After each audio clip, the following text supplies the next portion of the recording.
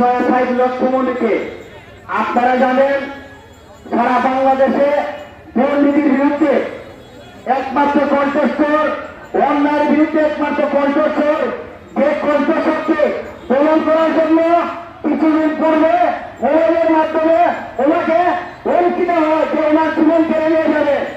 আজকে আপনারা বলিয়া আবহাওয়া যে তোমার সমীক্ষা করে সুরাজবাসী যে ভালোবাসা প্রমাণ করেছেন, আমার বিশ্বাস উপরে আল্লাহ নিচে বাংলাদেশের মানুষ থাকতে ব্যারিস্টার সুমনের শরীরে এক পূজা রক্ত যাবে না।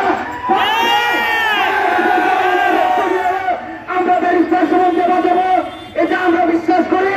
সম্মানিত উপস্থিতি, আপনারা জানেন এই ব্যারিস্টার সুমনকে আপনারা আজকে কোনো ধরনের বক্তব্য হচ্ছে একটি কারণ ধরে ব্যারিস্টার সুমন যদি দেখে থাকে সোনারঘাট মাধবপুরে বিগত দিনে যে উন্নয়ন হয় নাই, এই উন্নয়ন আগামী 100 বছরে আগামী 5 বছরের উন্নয়নের মধ্যে দিয়ে তা প্রমাণ হবে।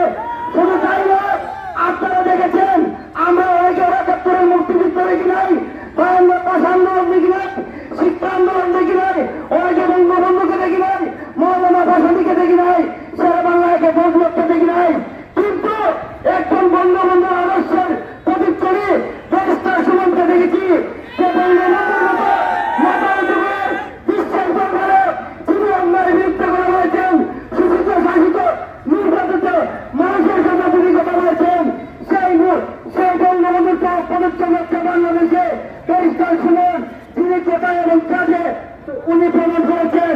আর আমরা অনেকেই বঙ্গবন্ধুর আদর্শকে প্রতি লালন করেছিল, বক্তব্যের মধ্যে সীমাবদ্ধ রাখি, কর্মের মধ্যে সীমাবদ্ধ রাখি না। তাই আসুন আমরা সোনারঘাট মাধবপুরের জনগণের অভিনন্দনের সন্তান হিসেবে যদি প্রশাসন দ্রুত আসামিকে গ্রেপ্তার না করে আমি কথা দিতে চাই, অভিনন্দন সর্বসমাজকে নিয়ে টাকা সিলেট পাওয়া সব অনির্দিষ্টকালের জন্য অবরোধ মানে ছাত্রলীগের একজন কর্মী হিসেবে এই কথাটা আমি আপনাদের সোনারঘাটবাসীকে আমি জেনে দিতে চাই। সবাইকে আবার ধন্যবাদ এবং কৃতজ্ঞতা জানিয়ে আমি আমার বক্তব্য এখানে শেষ করি। সবাই ভালো থাকুন। সোনারঘাট মাধবপুর বন্যাবাসী।